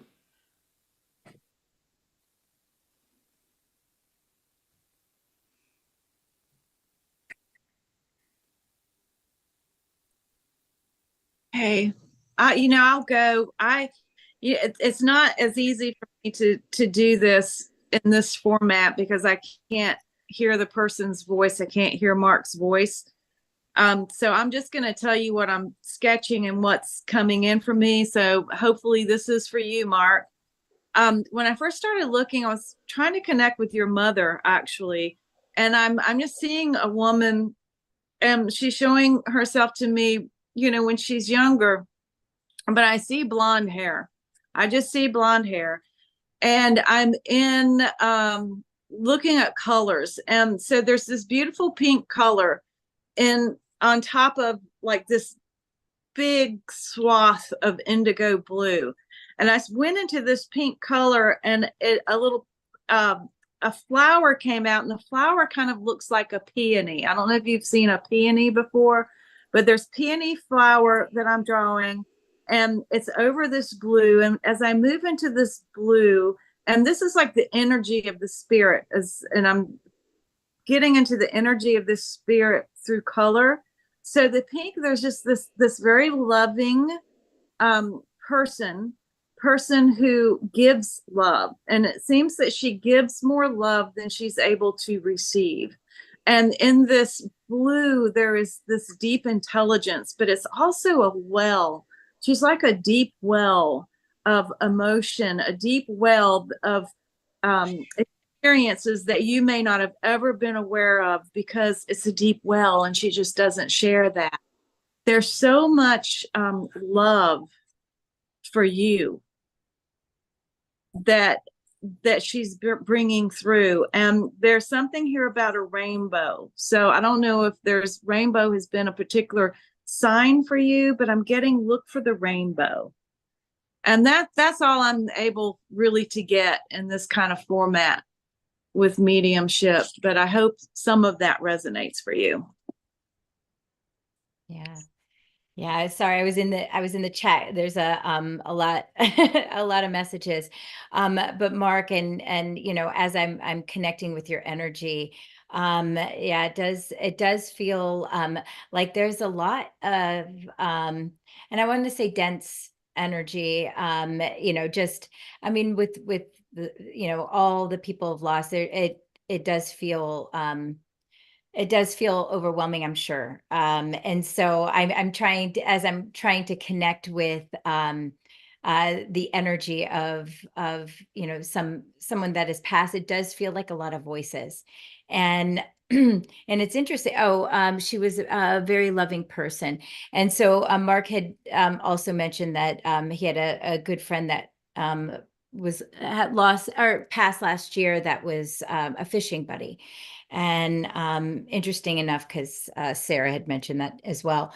So it's I'm getting a lot of I'm not really seeing any and it's funny because I'm not really seeing any like sort of tragic, like there's not, with these passings, I'm going through like who wants to speak up more, and it's really not coming sort of clear in that way, where there isn't a lot of um, it's almost like, when you say, when things are left unsaid, or they feel that they need to where a life is cut short, and like you said, some of the people that have passed, their life was cut short, but it doesn't, to me, I'm not feeling a lot of and I'm specifically going to your fishing buddy there. Between the two, it doesn't feel like there was anything left unsaid. And then it's funny, and I just heard there wasn't much said when I was alive either, which makes me laugh because, men inherently are not the biggest talkers, but there's so much said that there's so much said under the actual conversation. So, you being friends, it would definitely make a lot of sense that you were connected in a different way. But his energy does feel really just calm. There's a peace with his passing that I didn't necessarily expect.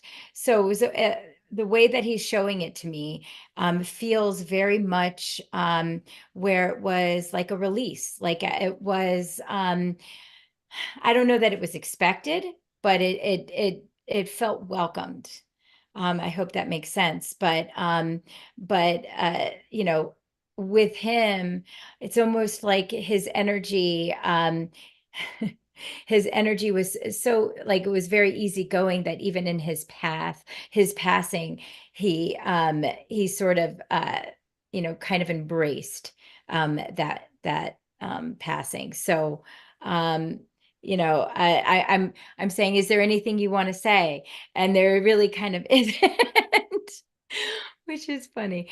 Um, but but yeah, so and for him, he actually to me is seems he has like darker hair, and he has a really great smile on him. So it's like it's the kind of like smile that is almost infectious, kind of.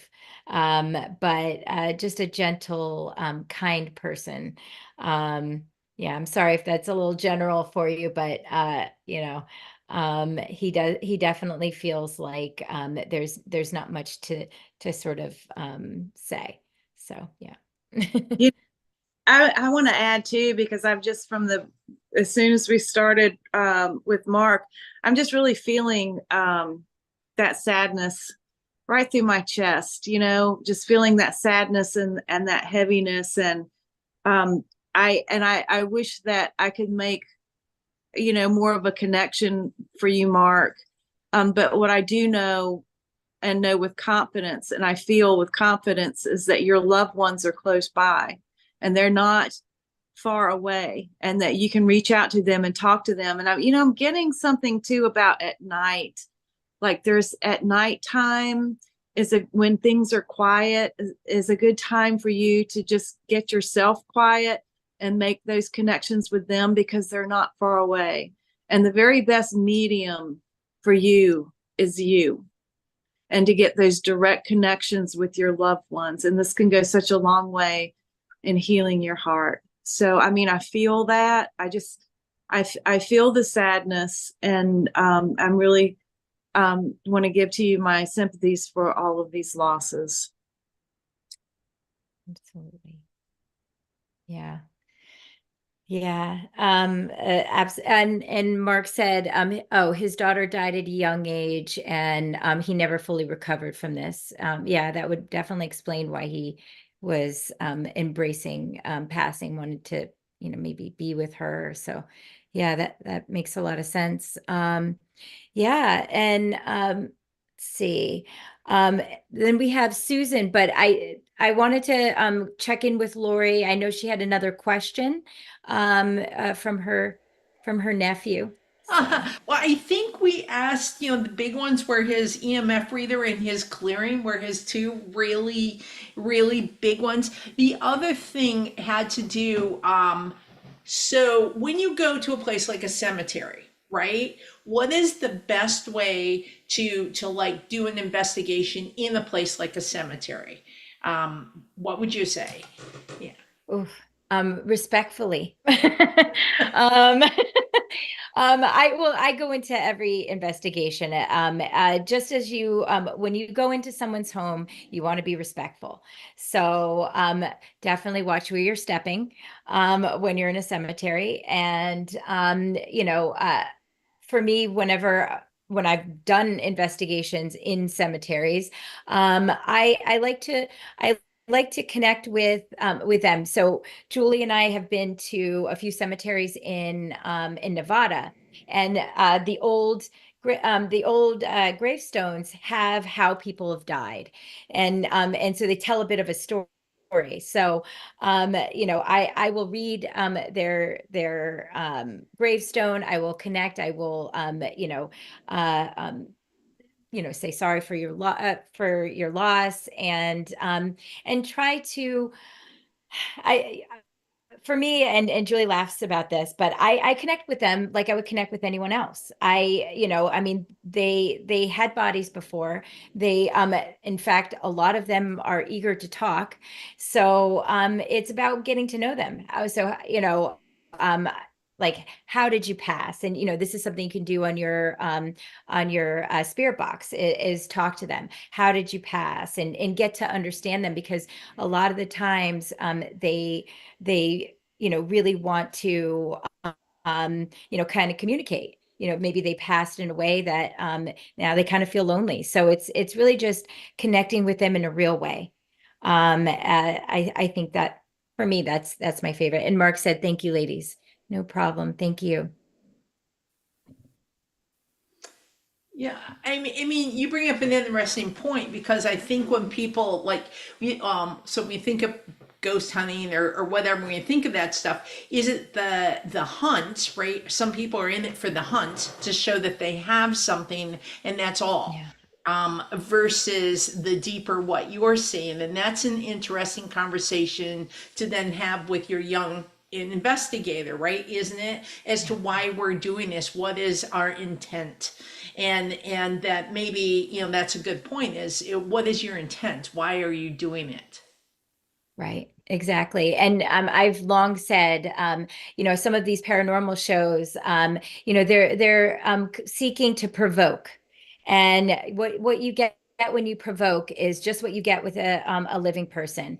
You don't get anything pleasant. So, and Julia and my investigations tend to be a lot more pleasant because we're there out of curiosity, wanting to get to know them, understand them, and it's a completely different experience, and you Mhm. get the same phenomena. They're being entertained. I once did a whole what is it, like 4 songs, sang songs with them, and it's interesting because just like I think if I passed and I was stuck here as an earthbound spirit, I'd want to talk to anybody that can hear me. So And, it's really, yeah. and I'm trying to cross them over. So I go in there and I'm just trying to help them cross over. Yeah. Yeah. That's usually my intent after, but I like to get to know them first, Yeah. before Well, we go through something like that. No. but when you're working with a young investigator, right? It's like it's I think that is sort of where they are, is that first, getting used to the experience of it. And then, like he was telling me, he put the motion detector balls on the ground, and then stepped away to wait and to watch them light up, and they did. And I guess so once you get that, then the next step is, then you want to what, try to communicate with them? Would that be the next step for them to do? Yes, yes. And just having that conversation, but again, this is after all the protections and setting clear boundaries. I'm is it okay that I connect with you? And that's usually what I say. Is it okay if I'm here? Because I always want to be respectful. And that's how I start the conversation off. And then when I leave, it's um okay, I'm leaving, and I'm leaving alone, Mhm. however he wants to say that. But yeah, I think that would be the natural next step, because it's really about just having that connection, that communication with the other side. And that's the best way to do it, is just like you wouldn't just approach somebody and say, "Hey, talk for me." You know what I mean? It's again, it's always about the respect. Yeah. I should tell you a little side note. He put one of those balls on top of the picture of my brother Tyler, who passed away. It's in my sister's house, and so my nephew's taking me through the place, looking for, showing this EMF reader and what's going off and things like that. Suddenly, my sister yells out because the ball has went off on top of my brother's picture, and so Wow. yeah. And then it went off a couple of times, and so she's like, and then he forgot to take it home with him, her grandson, and so she went and shut it off. She's like, "Don't you dare leave that on when you're not here." I love it. I want to say, your family is a lot of fun in life and in death. So, Yeah, and very communicative. yeah. Um, oh my gosh, I love it. Oh, and then we have one more, and that was Susan. And Susan, are you still here? Just want to make sure, because oh my gosh, it's getting a little bit late, and I don't want to keep everybody.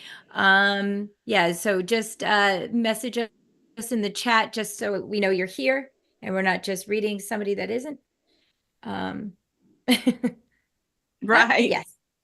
Right. Oh, wonderful. She's here. Okay, Susan.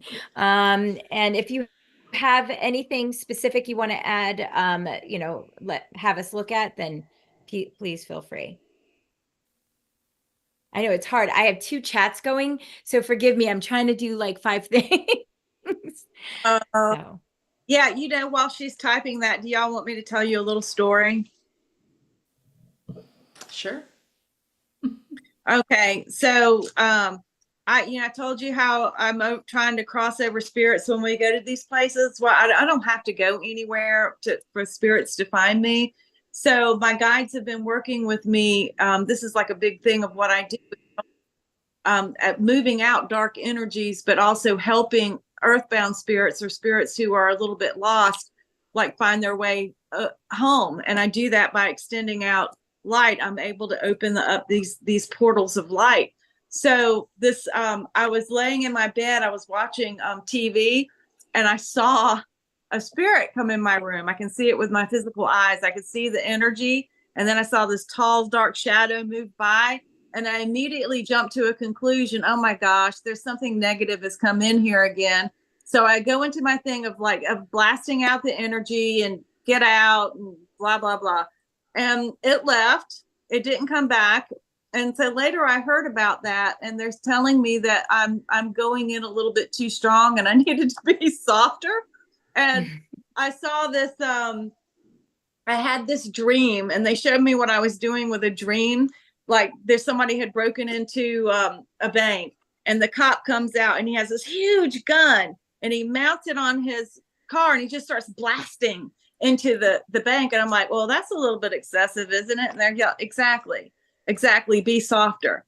So the next night I said, okay, I'll get another opportunity at this. I hope I didn't hurt that spirit too much. So but I'm sure my guides took care of it. They have my back. So the next night, I'm laying there. I've been for the past 3 nights, I've been hearing a woman coming to my ear, and she has this raspy whisper, and she'll just say things to me. And I'm like, who is this? What? And then it occurred to me, you know what? She needs help. So I called in my angel, and I went ahead and I started extending out gently the light. And they actually let me see her behind my eyelids, a woman, like the skinny woman. All of a sudden, it was like she got sucked by a vacuum cleaner or something, and she went boop right across, and she was like gone. And I haven't, like, yay, she has moved on. She does not have to talk to me with her raspy voice whispering. I love that. I bet she's happy too, right? Yeah. It all happens in my bed. I love it. Very convenient. It's like, Julie works from bed and not home. Well, I guess home. Oh my gosh. I love it. And yes, Susan, what was you said you put your last name there, Susan. I forget if you had any questions. I'm so sorry. Yeah. Does she have a question? That always helps. Yeah. And it's funny is as soon as I connected with you, Susan, and I'll wait for your question, but I'm just seeing this woman with this long, like dark, maybe even black wavy hair, and just beautiful. A beautiful woman, very earth spirity. And I'm still trying to connect with that. But I'd love to hear if you have any questions.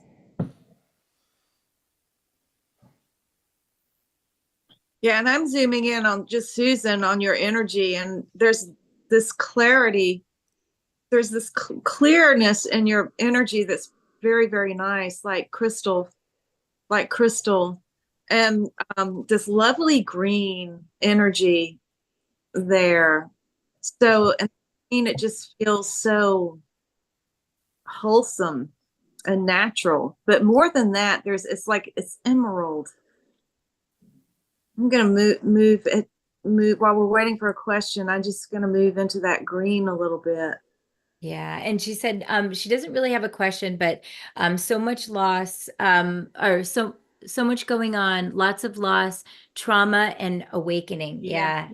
Yeah, Mhm. I got it's so I wrote right away, Susan, when I heard your name, I wrote two things and then I added to it, but fault line and epicenter. And that you are living or you have been living is a better term on the fault line. And then you are at an epicenter. There's like at this epicenter. So and then I drew this, started to draw this strange tree trunk. And when I drew the tree trunk, part of it is very dark and it looks, very, very dark. And the other part is really light. So I looked at it and I says, oh dear, is there's definitely some toxicity in around. There's been something, this one part of the trunk, this one piece limb is ready. It's got to go. It's like you can see the decay. I can see that there, it's the disease of this aspect has to go. So I asked Spirit, when I'm doing this, is, oh dear, are we looking at the whole tree? What are we looking at here? And they're like, no, no, no. This is just the tree can survive. And this is really important for you to hear. The tree can survive. It's just this limb needs to go. And there has been some toxicity, in your life, this trauma, that it's time now to do some, and I'm not too fond of this term, but I'm going to use it, cord cutting, but I'm going to actually make it cord healing. That it is time to do, there are some relationships, long-term relationships in your life where there's been toxicity that in them, and in some you may wish to release, but to heal it, whether you release it or not, it is time to do some healing, and you are. And that's why you're at the epicenter of your life right now, because you're making some really profound choices, and you are choosing to do a lot of releasing. And you know what's cool is they're showing me the fault line. Yeah, so this is Earth. This is Yeah. Earth, and you're on the fault line, and just give it up. Mother Earth will take your negative energy. She'll do it. She loves it. She loves it. And and just do some work, some prayers. Begin to and I think you are already, to work around this. And there has been someone that has passed with you in your life that okay, it's been a shady relationship. I have no Yeah. idea why they want to say that, but I got that. Yeah. Dan, you want to add to It's, that? I was just going to say, speaking of shady, there's this person messaging Eco. You need to just stop messaging people and telling them not to give anybody info. I just, if you can't join the group, then please just go. But I just want to say that because it's, when people are really trying to get messages, nobody's trying to get more information than they're giving. So don't worry too much about it. You're not really helping anybody by doing that. But yeah, and perhaps that's why you were getting that message at the end. Maybe, but Yeah, there is this one relationship that person has crossed over, yeah, and in that it was filled with a lot of dense energy, a lot of pain and trauma, misunderstanding. But the thing is, Susan, that I feel like what is happening now, the light is coming into you, and that it's allowing that some loss. This is them saying this, not me. Some loss is necessary, and I don't, loss is awful when it happens, but they're saying some loss is necessary, and sometimes it doesn't have to do with death. That even has to do with people leaving their lives, but they are. But you're at this amazing time in your life, and a lot of healing is coming to you. So that is what they're bringing in. wonderful. Yeah, and Susan, and it's funny because that woman that I kept seeing in your space, that with the long black curly hair, it was felt very much like Earth Mother energy. And speaking of, we've been talking about shamanic mediumship, and it does feel like you're very nature oriented, so nature based, and as you were saying, you're going through an awakening.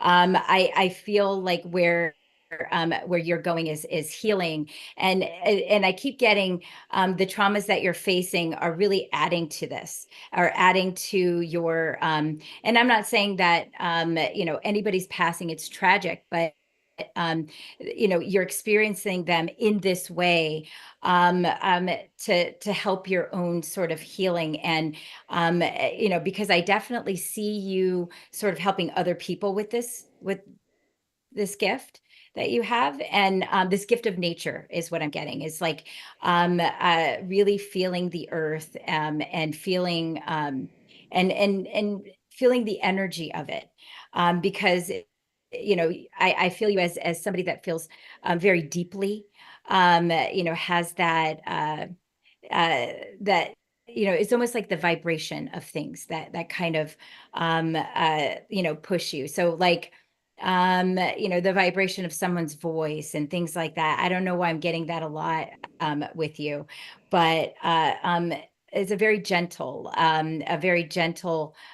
subtle feeling right now, but it feels like it gets stronger and stronger as you keep sort of pursuing this. So, and not everybody that is intuitive has to be a practitioner of some sort, but I definitely see you doing this, and I see you taking these tragic events in your life and people that have passed, and really you utilizing that for your own practices, like the pain of that, understanding where someone's at, understanding the pain on such a level that you can connect with someone else. So I feel that it's very important for you to not necessarily worry, because I do feel as we're starting our awakening, right? We've all, well, I'll say Julie and Lori and I definitely know what an awakening feels like.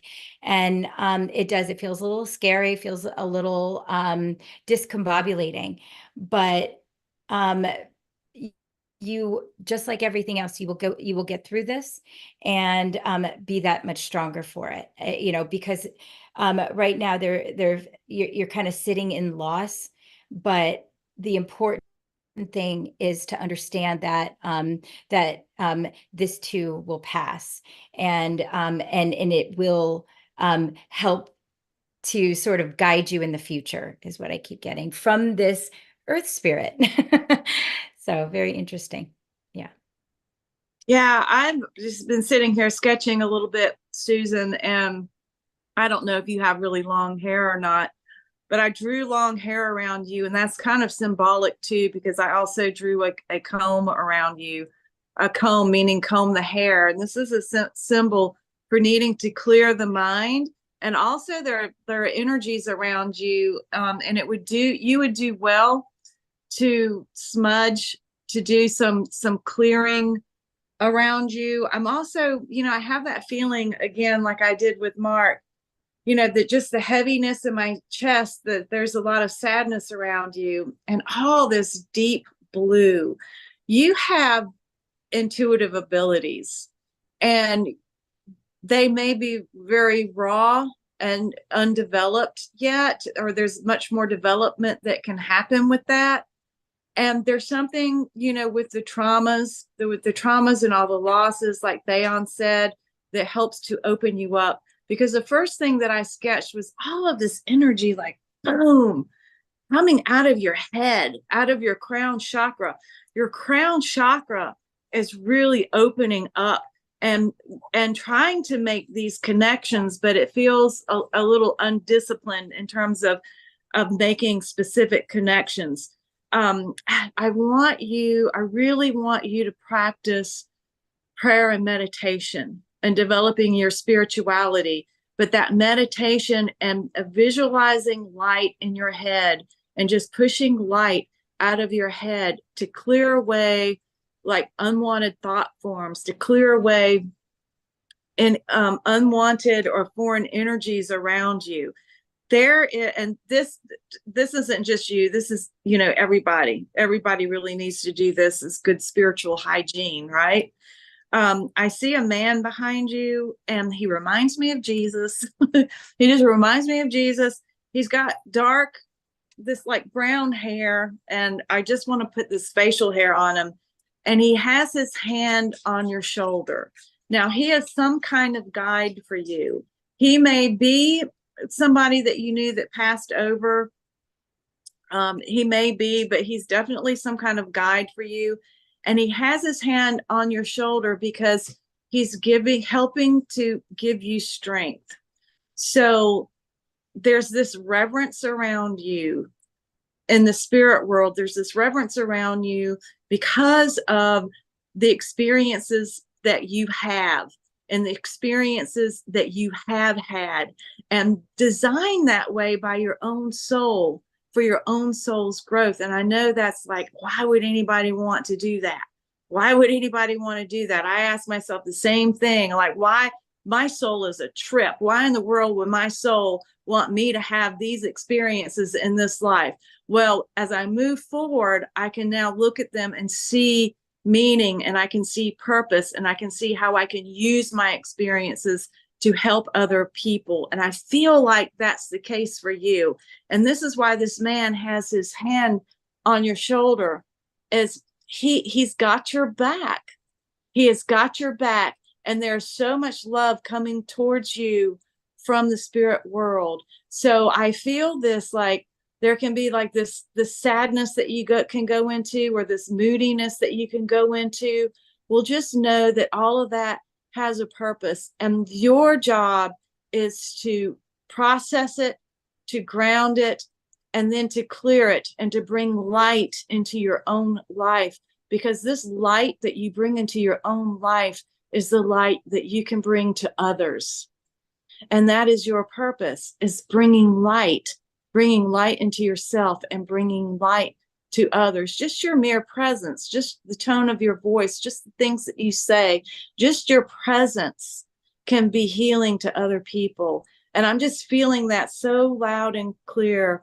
And so making meaning and making purpose and good spiritual hygiene is important for you right now, and allowing yourself to grow and to blossom and to make those connections, and know that you have a pretty powerful guide behind you all the time. He's literally has his hand, and see how I'm holding my shoulder? He literally has his hand on your shoulder, and he is bringing you strength.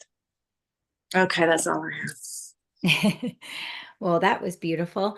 And it's just about almost 10 o'clock. So we are going to close up for the night, but would love to have, every time Lori comes on, it's just a wild, wildly fun and a wonderful show. So you're always welcome back on, Lori.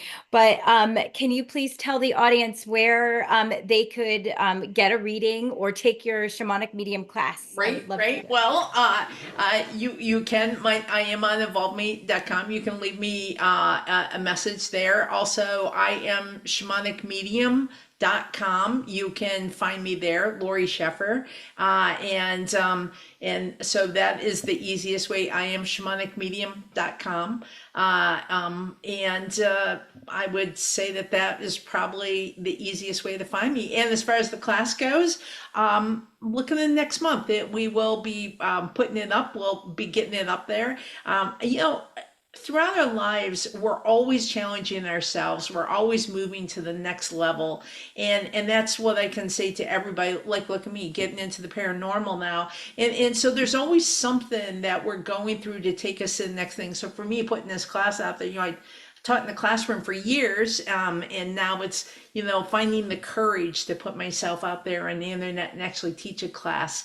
And courage and confidence aren't always the same thing. I can have the confidence, I can teach, but now having the courage to be seen is a whole nother thing. And so I say to everybody, cut yourself some slack. You're all doing the best you can for today. Yeah. Just an amazing woman, and just amazing human, actually. And I know that, you know, I'm a perpetual student, so of course I'm going to take your class. But yeah, just if you are interested in and even learning a little bit more about what Lori does, check her out on Evolve Me or her website, as she just mentioned. And, you know, just interesting, you know, there, marrying the two, I never would have thought about it years ago, but having met Lori, she's just given me such a love for it. So, you know, and take it from me, I'm a medium myself, and Julie and Lori are two of my favorite mediums that I go to. Yeah. So, but yes, so and you can find Julie and I also on Evolve Me, and we have classes and various things coming up. You know, and Julie, you want to give them a little rundown of how to get a hold of you? Yeah, you can find me on Evolve Me, and I also have a website, juliestarparker.com, and that's star with 2 R's, and my last name Parker, Parker. And I'm on Instagram and Facebook, so it's Julie Star 33 on Instagram, and Julie Star Parker on Facebook. So I have not been very active on social media, and I'm going to be posting some more of my fun orb spirit videos. So, and if anybody has any trouble with paranormal phenomena or unsettling psychic experiences, you can connect with me on that, and I can do a reading on that and help you with some tools for clearing. Awesome. Yes, absolutely. And again, you can find me on Evolve Me. I have intuitive development courses, mentorships, and readings. So definitely check me out there. And for everyone, thank you so much. This was a really fun and exciting show. So and then next week we actually had a volunteer, somebody reached out to us, and we're going to be doing a reading live for this person and for the audience next week. So definitely check us back out. Check us out next week and on a Paranormal Mediums. For now, good night, everyone. Good Good night. night. Good night. Bye. Bye.